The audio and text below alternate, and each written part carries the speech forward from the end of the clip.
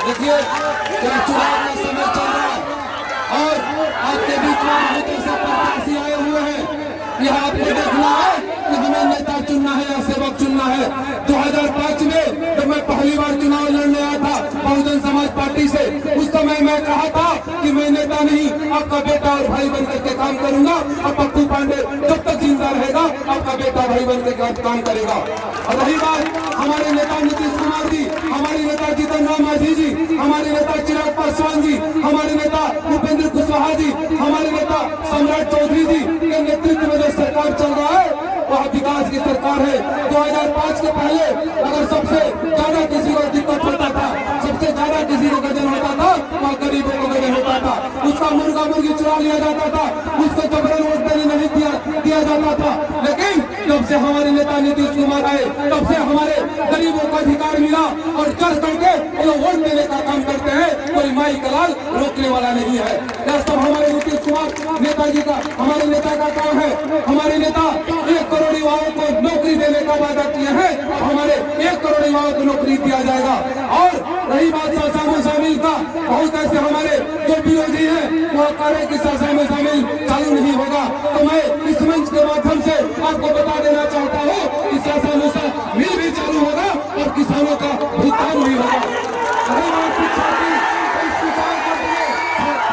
जिले में 6 विधानसभा क्षेत्र है, लेकिन कुचायकोट विधानसभा क्षेत्र का जो सिपाया है आज वह शिक्षा का हब बना हुआ है। चाहे इंजीनियरिंग कॉलेज की बात करिए, पॉलिटेक्निक की बात करिए या सैनिक विद्यालय का बात करिए या हॉस्पिटल का बात करिए, आज हमारे कुचायकोट विधानसभा क्षेत्र का सिपाया शिक्षा का हब बना हुआ है। यह हमारे सरकार का देन है।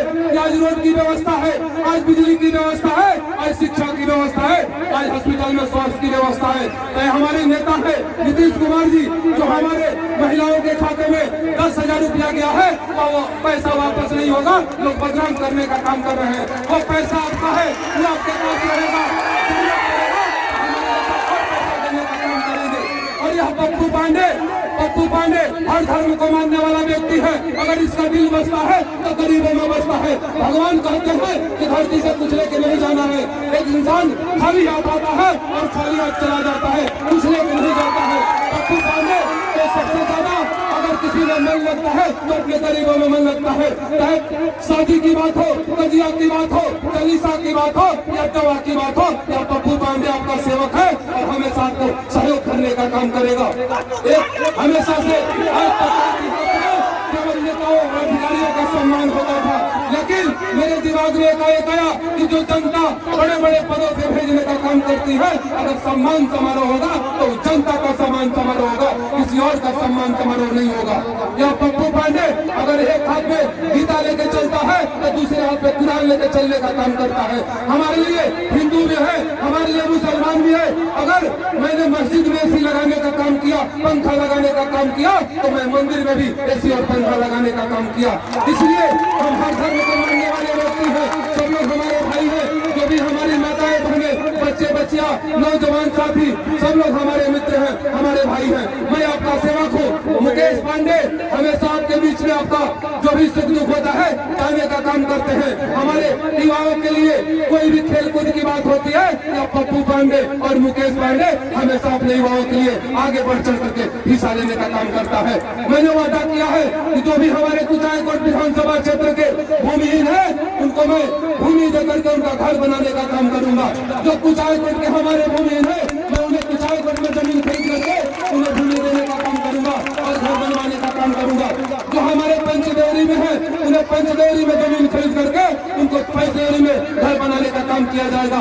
या पप्पू पांडे आपका सेवक है, कोई नेता नहीं है और 24 घंटा आपके बारे में सोचता है। अगर पप्पू पांडे का दिल धड़कता है तो अपने गरीबों के लिए धड़कता है, अपने नौजवानों के लिए धड़कता है। और जब तक पप्पू पांडे रहेगा आपकी सेवा से कोई वंचित नहीं कर सकता है। लेकिन लोग आपके बीच में आ रहे हैं, आज वोट मांगने के लिए आ रहे हैं, इधर उधर बताने का काम कर रहे हैं। लेकिन आपने एक चीज अपने दिल पर हाथ रख करके सोच लीजिए कि जो आज बता रहा है या जो वोट मांग रहा है, कल कोई आवश्यकता पड़ेगी, कल कोई जरूरत पड़ेगा तो कोई काम आने वाला नहीं है। लेकिन एक पप्पू पांडे हमेशा आपके सेवा के लिए तत्पर रहेगा। इन्हें काम नहीं है कि हमारा सेवक है और सेवक करके हमेशा से काम किया है और आगे भी करता रहेगा। आप लोग बहुत देर से यहाँ बैठे हुए हैं। अभी एक और कार्यक्रम में भी जाना है। आने वाले 6 तारीख को तीर छाप का बटन दबाना है और इतने वोटों से जिताना है कि लोग समझ जाए कि कुचायकोट विधानसभा क्षेत्र में नेता नहीं, वहाँ सेवक का चुनाव किया जाता है। नेता का चुनाव नहीं होता है, वहाँ सेवक का चुनाव होता है। और आज तक कोई भी हमारी माताएं बहनें या हमारे नौजवान साथी, हमारे जनप्रतिनिधि अगर कोई पप्पू पांडे के पास गया है तो मैंने कभी खाली हाथ वापस नहीं आने दिया है। और जब तक एक पप्पू पांडे जिएगा आपको सम्मान से आपको कोई वंचित नहीं कर सकता है। हमें सबको सम्मान देने का काम करूंगा।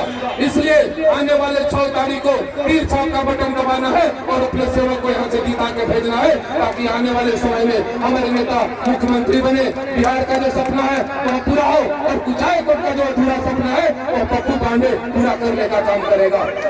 इसलिए 7 तारीख को मैं सबको आमंत्रण दे रहा हूँ।